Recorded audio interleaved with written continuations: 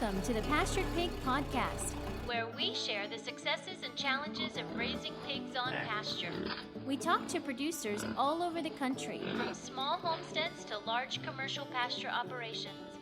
Whether you're new to pastured pigs or have been raising hogs for decades, we hope you hear new ideas and new perspectives on pasturing hogs. Here's your host, Troy McClung. Hello, everybody. Welcome back to another episode of the Pastured Pig Podcast. I'm still here. I guess some of you may be wondering, September was a little lean. I think we only had one episode in September, and I apologize for that. It's been a very busy September. In fact, the last week, we were actually running an excavator all week on the farm here, trying to do some earthworks prior to the fall rains coming, so taking advantage of that. But we're back, and we have a good episode, a good interview lined up tonight. I've got several other interviews in the can that we'll be ready to do, and of course ready to put some others in the schedule as well. So a couple little housekeeping things real quick. First and foremost, I want to thank our Patreon supporters. Picked up several more in September, and I appreciate you guys partnering with us here and helping us move the podcast forward with some additional features and just, really help us. It's like a digital tip jar, and I really appreciate that. That it kind of shows that you guys appreciate what we're doing here.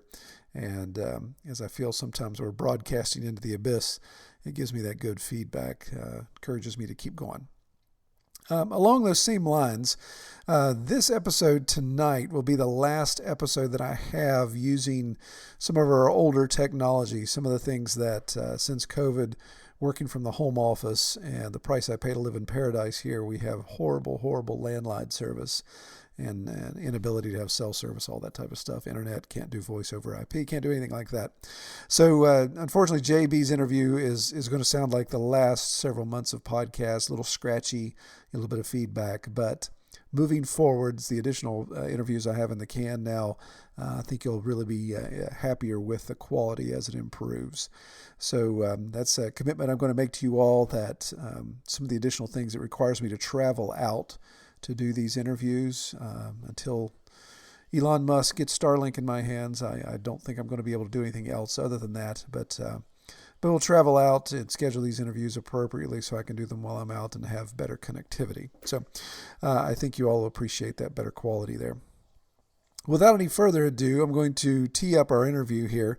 And our interview this week is with J.B. Brown. And J.B.'s with Fredericktown Homestead up in Fredericktown, Ohio, not Fredericktown, Maryland. And he's in the heart of Amish country. And J.B.'s he's got a unique story. At this time, he's not actually raising pigs on pasture, but he has a pretty good history in that area. In fact, he goes back to the early 70s with doing pastured pigs, so he has some really good input. But I really like JB's story and his approach. So I think we'll be able to glean some insight from what he has to say, and just enjoy some of his old stories. Now, there is something here that rubs against it's this whole recording things in the can and then scheduling them to roll out. So when talking to JB, he was in this interview, you'll hear him extend an invitation to a family to come kind of co-op with him on this homestead. And so some of the language we use, some of the things we're discussing, it's kind of a call to action. Hey, if you know anybody that's interested, give him a call, do that kind of stuff. So in the time that we recorded this earlier in the summer, he actually has a family now on site that is taking advantage of that offer. So that offer is not available, but it is kind of neat to still hear what he was offering families to come do on this property that he manages. So that's the only little caveat there. You'll hear me reference, hey, I'll make sure that there's a way to contact him, all that type of stuff. But there really is no need to do that right now because he has indeed filled that slot. And also, I think we may talk about in this interview that I'm soon to travel to his farm and actually be able to see him in person and kind of see his setup. Well, that actually happened shortly after the interview. Kelly and I and the boys, we were actually up in the Columbus area, and so I drove east to Fredericktown and spent an afternoon with JB and enjoyed taking a tour with him on his property and seeing what that's all about. And so if this is something that intrigues you, you can find it on our YouTube channel, Red Tool House Homestead.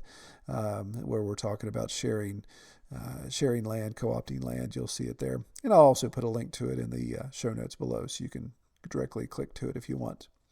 Well, without further ado, let's get into his interview, and I'll catch you guys on the backside. Today I've got a different interview. I've been looking forward to this one for a while. Today we're talking with J.B. Brown of Fredericktown, Homestead. And J.B., if you meet him on the street, you may think this guy's probably Amish. But J.B.'s got a really interesting story. He's one of those guys that if you would run into him on the street and you see him, I think of the story I heard here recently. If you see a guy like JB sitting around eating an apple with a pocket knife and he's going to give some wisdom, you're going to want to stop and listen to it because he knows what he's talking about. So thanks, JB, for coming on. Thanks for letting me have a little fun with you here in the intro. Welcome.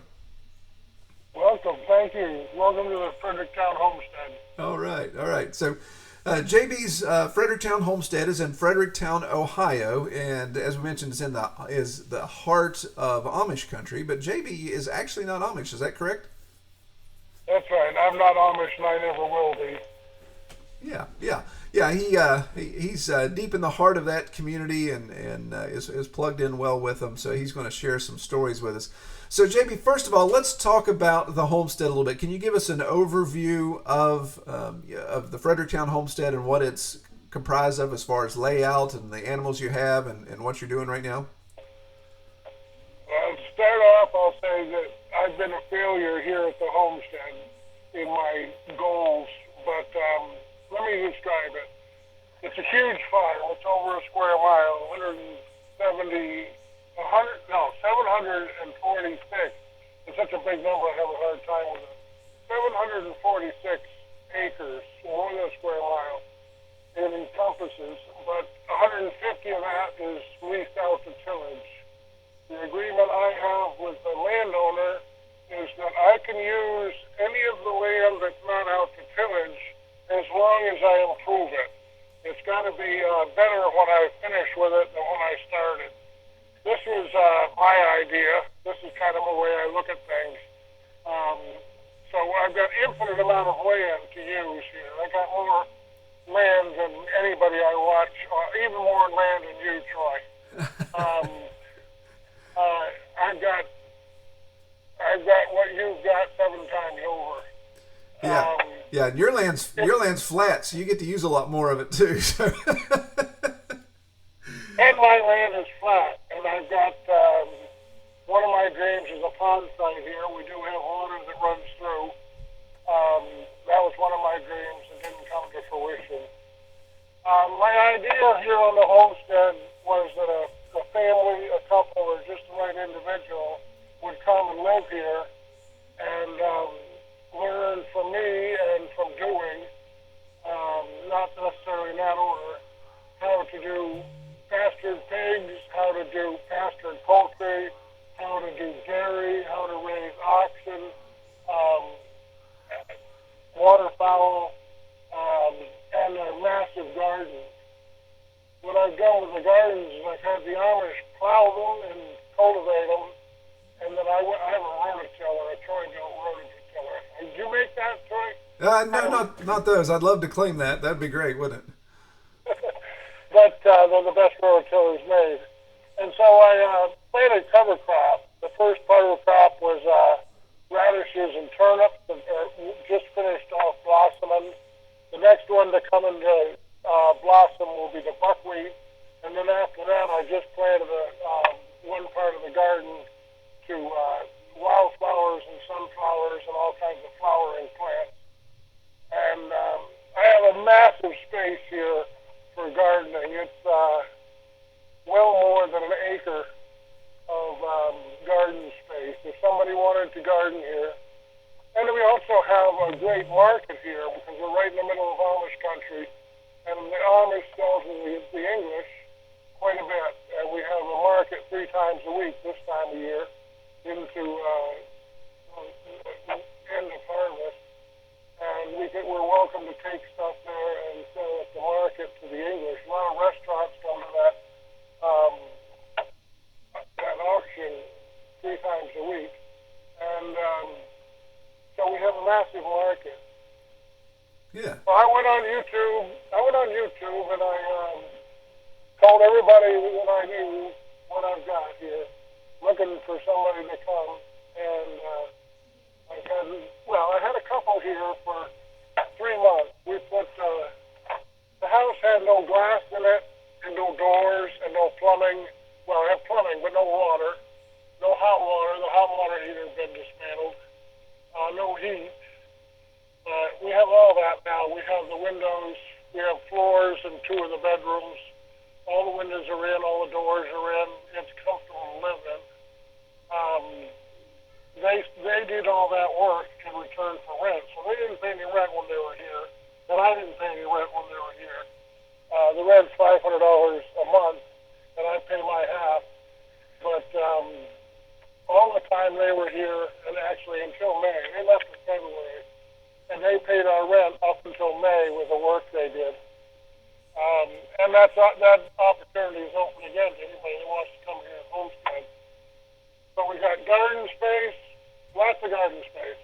We got lawns that could be used for portable pasture for poultry. And then we've got woods with acorns and an old apple orchard for portable pig pasture, pastured pigs. Ask me about my history of pigs. I'm anxious to tell you about my history with pigs. Yeah, I do want to do that, and I'm definitely going to do that. That's going to be the core of our conversation. But I want to ask you one question about what you just said there about this land. So I want to make sure that I'm fully understanding. Excuse me. So you have access to all of this land, this 700 plus acres, and right now you are currently right now you are currently set up to house an additional family to come in to homestead, to raise crop, to raise animal, to do all that type of stuff in this configuration. And those individuals, I guess, would have their own dwelling. It sounds like it's been partially remodeled right now. Is that correct? Well, partially. I live in a house in one room, and I'm not here a lot of the time because I haul the Amish. And I'm gone, like, for instance, the whole month of July, I'm going to Wyoming and the Outer Banks. But I'm gone a lot. And they have the house and the farm as their own most of the time. But when I'm home, I live in my one room, and I put a lot of my income into the homestead. But they live in the house and treat it as their own. Even though I'm not here, I pay my half of the rent. I pay the utilities. We have 5G here. Unlike your homestead where you have to go up on the hill to get cell coverage. Right. 5G, which is amazing. Yeah. Big Wi-Fi, because you can just take your phone to whatever laptop, and you've got faster internet than if you lived in the city. Oh, that's great. Well, cool. So it sounds like I-71. It's bordered by I-71, and the federal government has put up 3 towers on the property, which give us this great cell coverage. Yeah. Okay. So if I heard you correctly, you say you're doing a lot of transport of the Amish to their different jobs or the different situations there. So that has you on the road quite a bit. So this cohabitation thing could work out pretty well for a family coming in, because you're going to be the guy that shows up every once in a while, kind of hangs out in his own area type of thing, but obviously has all of this experience in farming to share. So it's kind of like this live-in tutor when it comes to homesteading. Exactly, yes. Cool. All right. Well, what we'll do is when we get to the end, we'll throw out some information. If people listening want to explore that more, then we'll leave some contact information on how you can get a hold of JB and talk about that. I assume he has a vetting process, of course, to protect the land and his situation as well. But that's something that can be explored directly with him. So let's segue over to pigs. And like I say, I've had some fun conversations back and forth with JB on email. And I liked it. I got to give you a little bit of a ribbing here, JB. At one point, you commented that you've been pasturing pigs longer than I've been alive. Now, I don't know if you're aware, I'm 48 years old, so that would make you a pretty old dude if you've been pasturing pigs for the last 48 years. So, but let's talk about your pig situation. What's your history with pigs? Well, I came back to this country after a world tour in 1976. and I lived with a man, Archie Morris, born in 1896. And I learned my farming techniques from him. So the first year I had pigs was the first year that I was back in the country. That was 76. Okay, so that's close. I was born in 73, so you almost were on it. And the way Archie raised pigs was he had a little shed with a concrete slab, and he figured it held 2 pigs, and you bought feeder pigs, and you raised them on this slab, and you cleaned that out twice, or 3 times actually. You cleaned it out when you started, you cleaned it out halfway through the pig's life when they got to be about 100 to 120 pounds, and then you cleaned it out again when you're done. And when pigs weren't in there, that was a hen house. It was a terrible way to raise pigs, but I did it. I raised one set of 2 pigs in there, raised some nice hogs because we had milk. We milked, and so we had milk, and we had yogurt. He showed me how to make yogurt from the milk easily just by leaving it out in the sunshine. Yeah. And so those pigs were delicious. By the time the next spring rolled around, I was working at the cemetery, and I was raking leaves in the spring, raking up last year's rotten dead leaves off the cemetery in preparation for the mowing season. And I built a stockade fence for my pigs, and I bought 2 pigs, Duroc sows, from another man that was born in the 1880s. And so I had these 2 Duroc sows and a stockade. And at lunchtime, I'd bring home my pickup truck full of leaves, and I'd put it into the stockade where the pigs were. And the fence was about eye level, about 5 feet maybe. And I kept putting leaves in. I didn't have any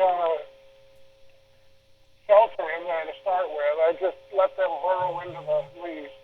And then every once in a while I'd go out there with my dipper. Archie always kept cracked corn for his pigeons and for his chickens. And so I go out there with cracked corn and I just broadcast it over the leaves. And those 2 pigs, they rooted up all that leaves and compressed it.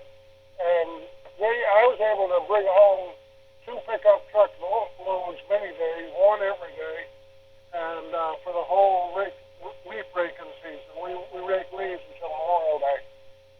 And so those pigs, and then I got to talking to my friend that owned the sawmill that had the Duroc, and he said, JB, I'm getting old and I'm probably going to quit. This is a position you might want to take up. And you breed your 2 sows, and away you go. And so the next spring, I got a Duroc, not from him, from somebody else, up country, up in northern New Hampshire. This is all in New Hampshire. And I got a Duroc to work, trained them up, kept them friendly, and I was with Archie for 5 years, 6 years total. And for those 6 years, the pigs lived mostly in the stockade, except for Boris. Boris lived in the barn separate. And I bred on my birthday, and I trained Boris to get in and out of the pig box on the back of the truck. And Boris would go off to other farms and breed their sows, always for picking the litter. One thing Archie taught me was that money is probably the worst motivator for doing anything. buying things for money, you got your hand on the wrong stick. Wow, yeah. Used to say. Yeah. So I would breed any sow for picking the litter, and then I would also nut pigs. I'll nut all the pigs in a litter for picking the litter. So if you have 4 boars, I'll nut them all if you want for picking the litter. Or if you just have one, it's going to cost you 1 pig for me to nut that one. And I found that worked real well for me because my market for my pigs, all during those 5 years, was Buzzy Call, who did backyard barbecues. He had an oil drum on wheels that he cooked up the pigs on a spit. He was looking for sometimes as little as 80 pounds, but most often 100 to 125 pounds pigs, small pigs. And I had a lot of small pigs, and if I provided the pigs and helped with the barbecue, I got to eat some of it, and that was delicious. That's the way most of my pigs were marketed in those days. Very rarely did I sell them for money. Well, I was going to the auction every Monday during that time. Cliff Beasley had a truck, and he was getting old. He was born in the 80s, 1880s, and he had a straight truck with a cattle body on it, with a grandma's attic over the cab, and we'd drive the 70 miles up to Thetford Auction and pick up critters on the way, buy critters at the auction for people, and then come back home Monday night into Tuesday morning and deliver those animals. So if I had extra pigs, I could just put them on the wagon, and like if it was a rainy day and there wouldn't be many buyers there, I didn't put my pigs on. But if it was a beautiful sunny day, but hay wasn't quite ready, then I put my pigs on. I kind of judge my audience as to when I put my pigs on the truck. And in those days, I could sometimes get $45 for 1 pig. I thought I was a rich man. Right. But yeah, I did that for the 5 years, and then I got married and moved 1 town north to Bradford, and we had a 36-acre farm. We raised mainly rocks and stones, and did a lot of harvesting and waiting for the price to go up. We were stockpiling our product, waiting for the price to go up. It seemed like you could pick stones out of any field every year, and there would always be another crop the next year. Yeah, I've been to New Hampshire. I've seen that personally. That's a little stony up there. But my pig operation changed drastically when I got married. I was pretty well known by now for having small pigs, having spring piglets for feeders. I had quite a few because of Morris's work and because of my work in nutting. And and I would usually wangle a deal, something other than cold hard cash for the pigs. And people seemed to like that. I was a rich man because I wasn't dealing in money. And so when I moved up to Bradford, we had 36 acres, all surrounded by stone walls, as New Hampshire farms are. And that first year, I went around with a hammer drill and 3/4 inch Homer rebar, which is half-inch rebar. I went around the perimeter of the farm and with a hammer drill, drilled holes and put rebar in, put insulators in. So that wire that went around the perimeter was about chest height. Oh, wow. Not to keep the critters in, but to have a live line all the way around the perimeter. And we had a well at the high point of the land, and I dug a little pond, put a tank in the pond, actually. I lined it, actually, with plastic. And that kept water pretty well. And the water would siphon into that pond, and then I got back tubing from somebody that was getting out or changing their tubing. We had 1/4-inch tubing, enough to reach anywhere on our farm several times over. And so I got my pigs, I always breed on my birthday, so my pigs are born early spring. And my birthday is December 2nd, so you breed the first week in December. And that gives you early pigs. And about the time they're ready to start adventure and start going out on the pasture's about ready for them in New Hampshire. And they really help with harvest of stones and rocks. They're very good at detecting where stones are and bringing them to the surface. Yeah. And the way I fed them was I had a half of a tractor trailer load of peas. That's the peas like you eat, and dried. And I'd soak those peas, and I'd take out my bucket, 5-gallon pail of peas. And I'd also take out my little Campbell soup can full of pasture mix. And I'd make tomorrow's run. I'd feed them where they are. I'd move them first into tomorrow's run.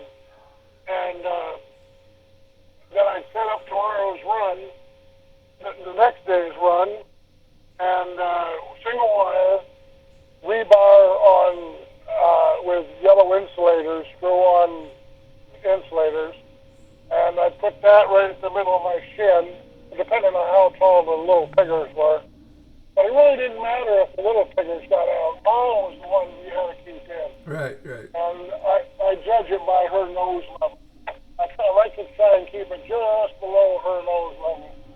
And one wire around it, and the little piggers eventually learned pretty quickly, actually. My fence was 15 joules, by the way. It was a plug-in main charger. Back then, we didn't have Premier. The word Google hadn't been used, or Internet hadn't been used. There was no computers, no cell phones. But we had Gallagher Fence. That was the first electric fence company. Yeah.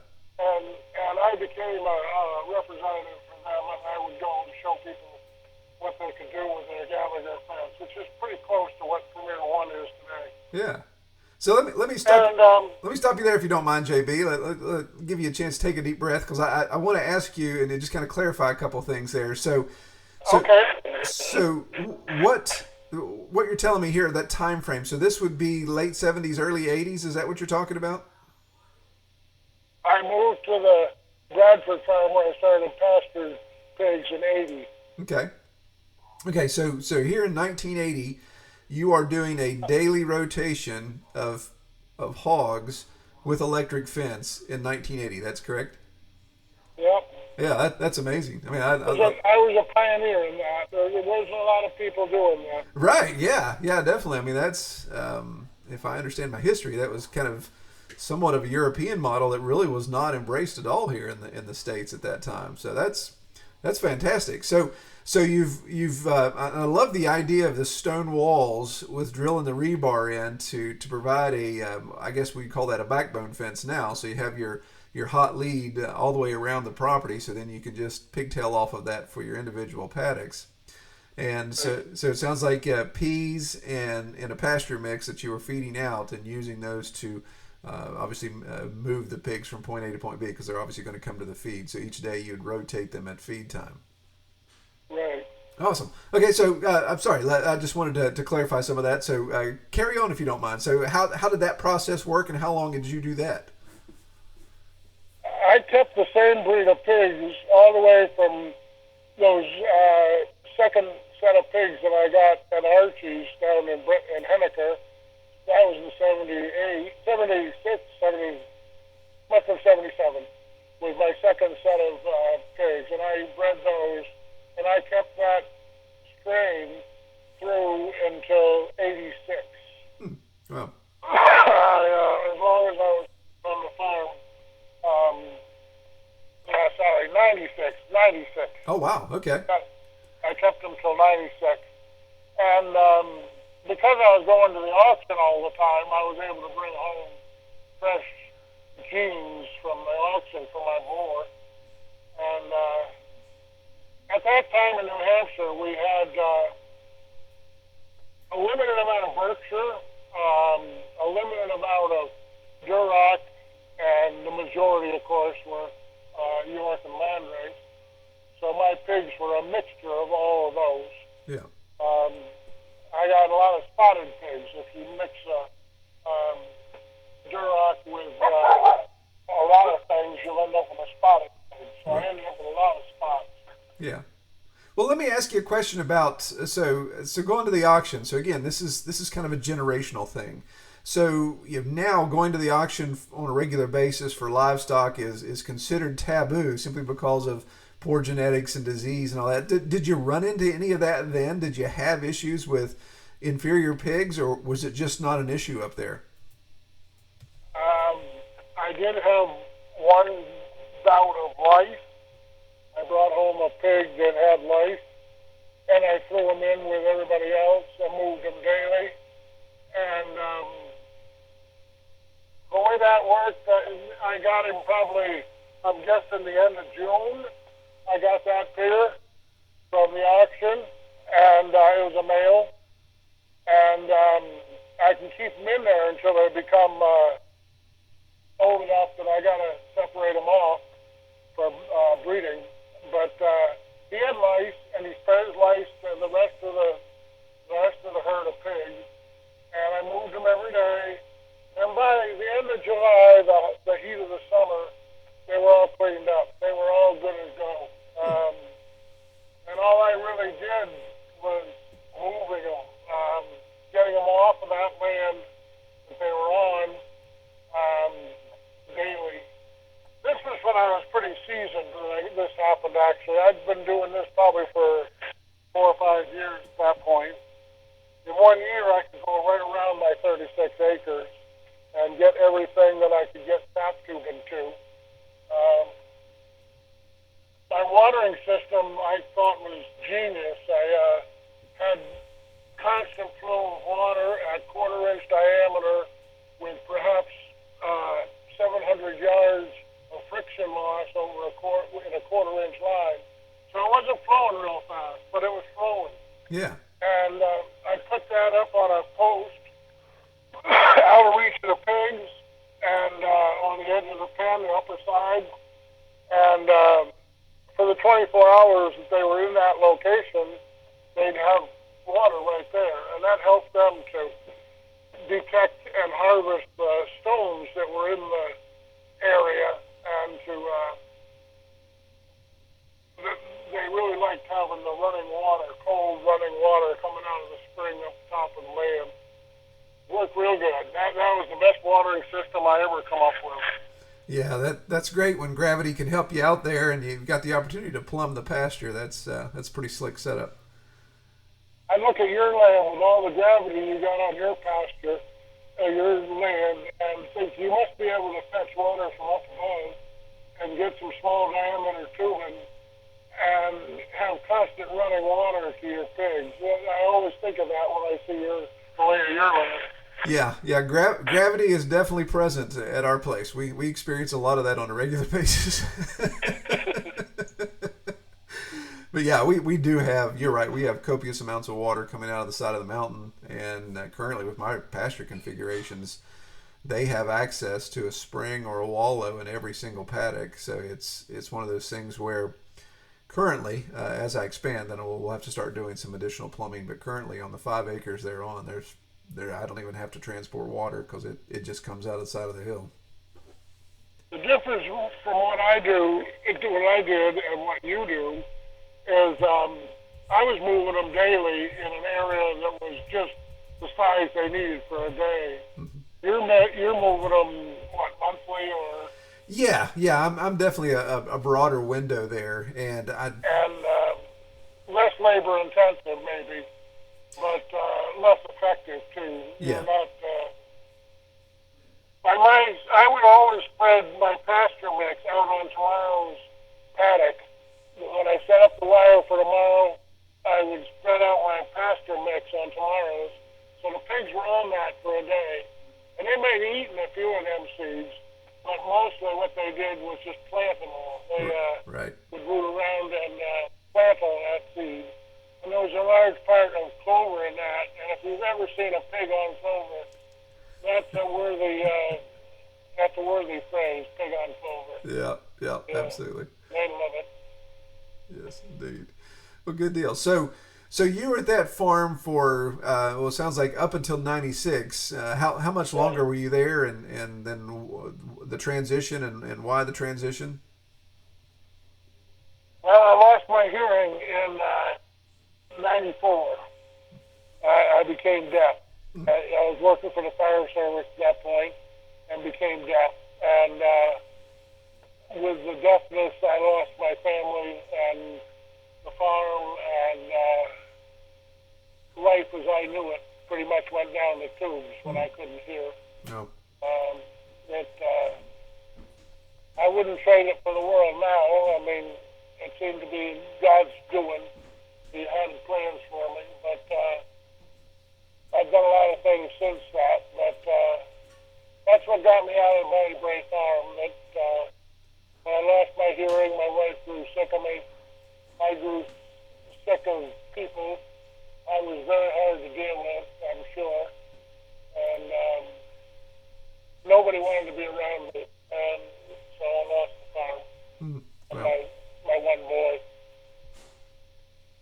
So obviously you've gotten your hearing back. So was it cochlear implants? Was it just some additional technology? What was able to get you back to hearing? I went with hearing aids for several years, well, most of that time between then and now. And then just the first week of the virus, I was given the surgery for the implant. And now I score 99% on the word comprehension test. Wow. I can hear better than you can. Yeah, probably so. Goodness. It's quite the technology, but it's high end. It's $100,000 implant. I only got it because I turned old. Once you get to be old, they will give you such things. And I'm now considered old, so I get it. Very good. It's a mixed blessing being able to hear again. I went for a lot of years without hearing, but I can turn it off whenever I want to. See, my wife says I have selective hearing at times. All right, very good. So, so it sounds like, coming back full circle. So you 90 in the mid to late 90s, moving out of New Hampshire, hearing loss, that type of stuff. Were you always involved between the mid 90s till just last year in some sort of farming, or did your career kind of move you around in different places? How did that work? It was sporadic. I'm known as JB the Milker on the internet.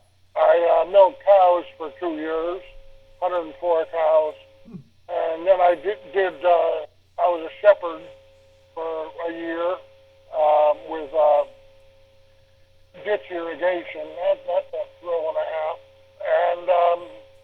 And I drove truck. I drove 1.3 million miles in my own truck and about 700,000 in a company truck. Wow. For my second wife. But then when I got off the road, I got back into agriculture, and I ran a big operation where I had 12 pigs at all times, year-round.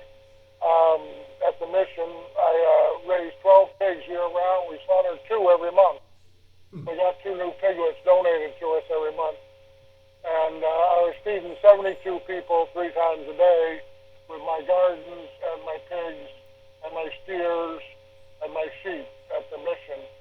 And I kind of was the agricultural guy at the mission, and I took care of the pigs and took care of all the livestock and all the gardens. The way I fed my pigs at the mission, I wasn't allowed to pasture them and all there. They were confined. But I confined them on a fairly large lot, probably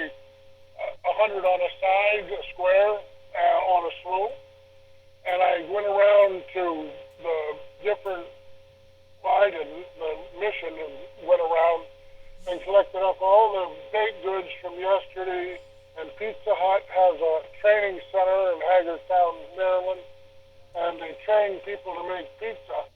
And all those pizzas are just waste once they're done. Wow. So I was feeding them on pizza and bread.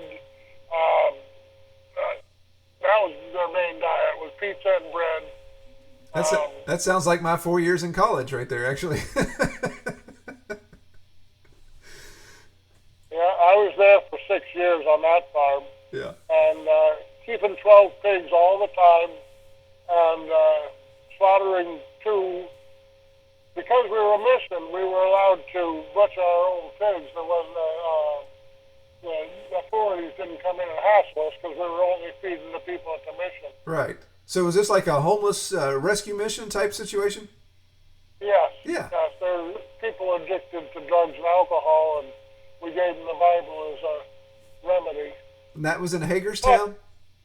Hagerstown, yep. Yeah, I believe that mission is linked to one of the missions that I work with here in West Virginia, because our mission in West Virginia started in 1911, and it planted 40 missions across the country, and I believe Hagerstown was one of them.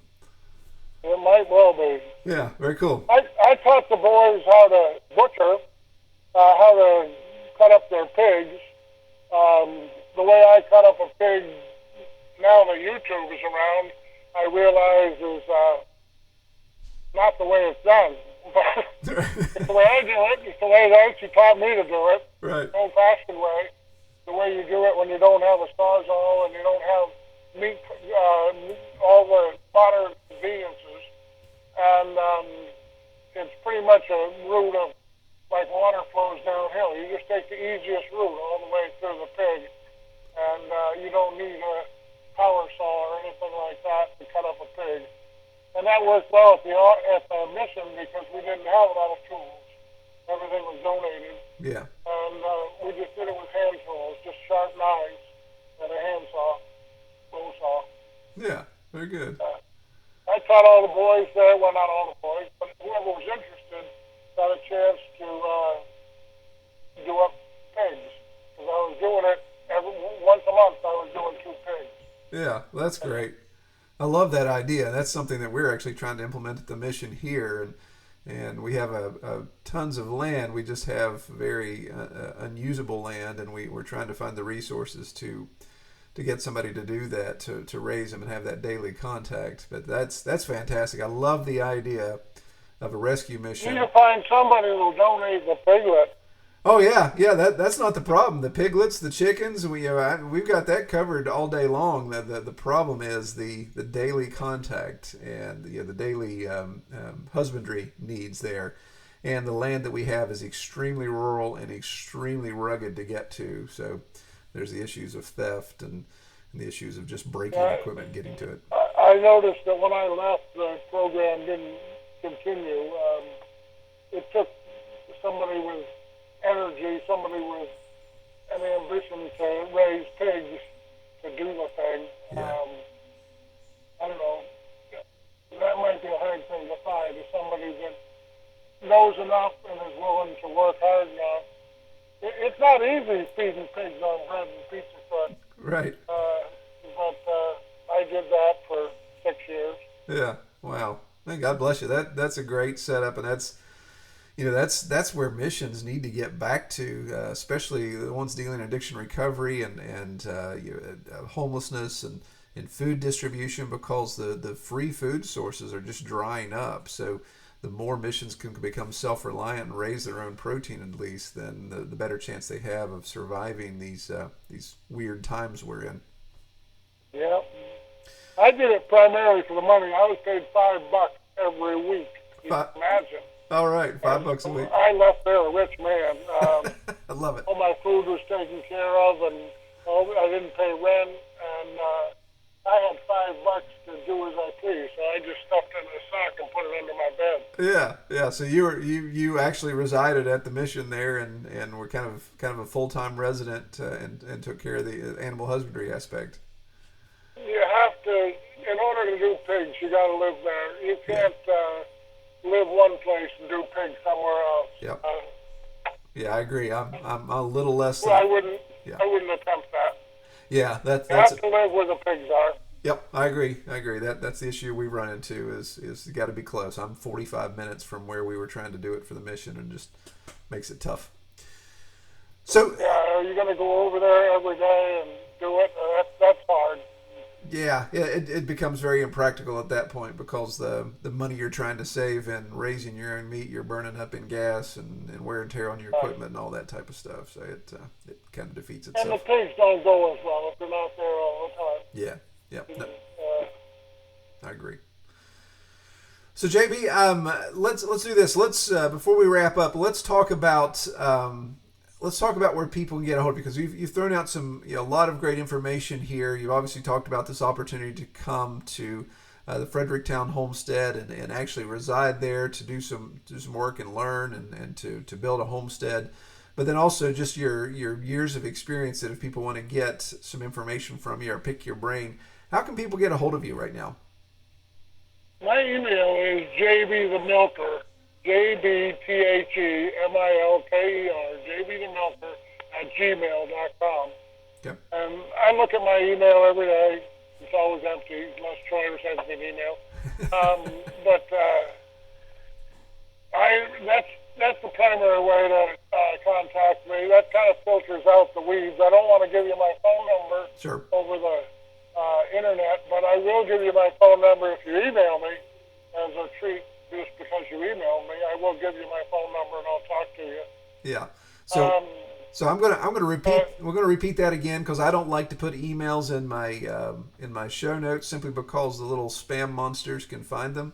So I'm going to repeat that again. So you guys, that's JB the Milker, all run together. So JBTHE Milker @gmail.com. So if you want to reach out to him, you can email him there, and then of course at that point he can send you additional contact information. Right. And our location is north of Chesterville in the Fredericktown Amish community. We're the 5th largest cohesive Amish community in the world, Yeah. with over 250 families. And if you come here, you'll be a part of the Amish community just by the fact that we live right in the heart of it. And all of our neighbors are Amish. The people that drive by in horse and buggies. And the facilities we have here for you to use are a fully operational shop. I have all the tools, and if you need another tool, I'll get it for you. We have limitless amounts of wood from the pallet shops.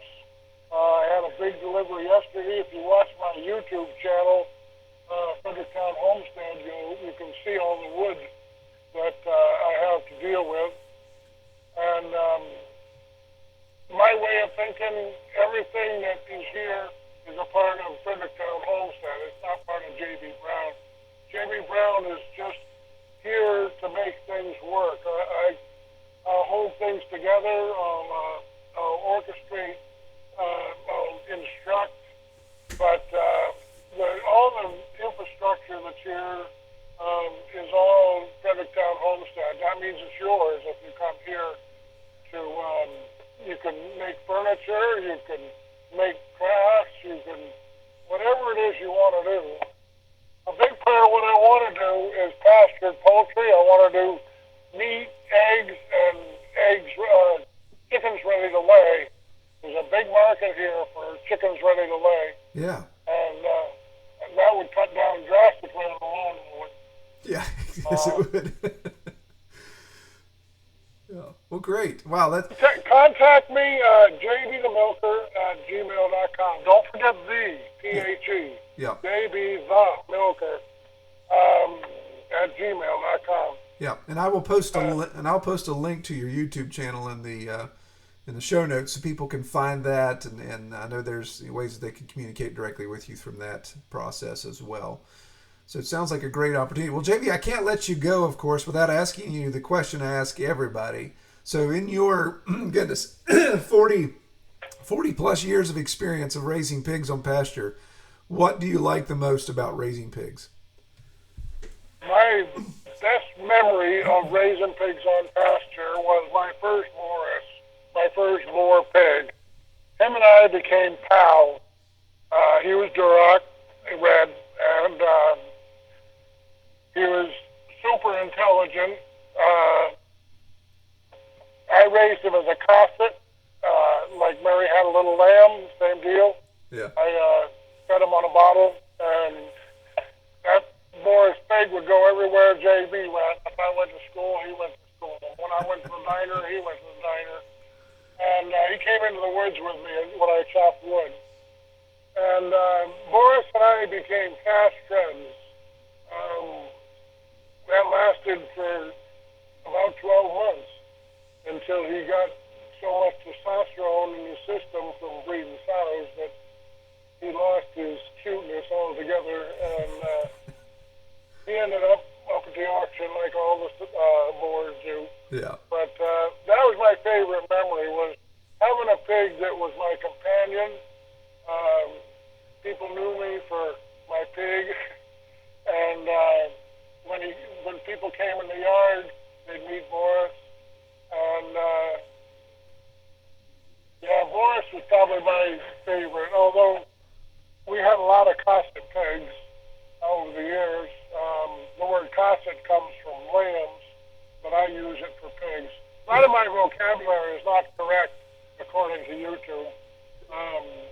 I learned from Archie Morris born in 1896, and I kind of use his vocabulary. Sure. But we raised cosset pigs. We had a place under the stove where they lived until they got too big for that, and they became very friendly.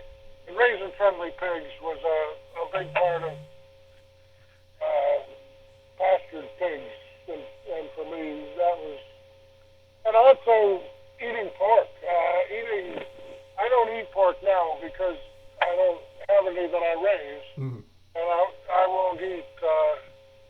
I know what people do to make pigs grow, and I don't want any part of it. But I was hoping that here at the Fredericktown Homestead, we'd have, my dream was to have like a dozen pigs and pasture them, feeders, and then keep 2 of them, breed them on my birthday. We have an excellent furrowing barn here.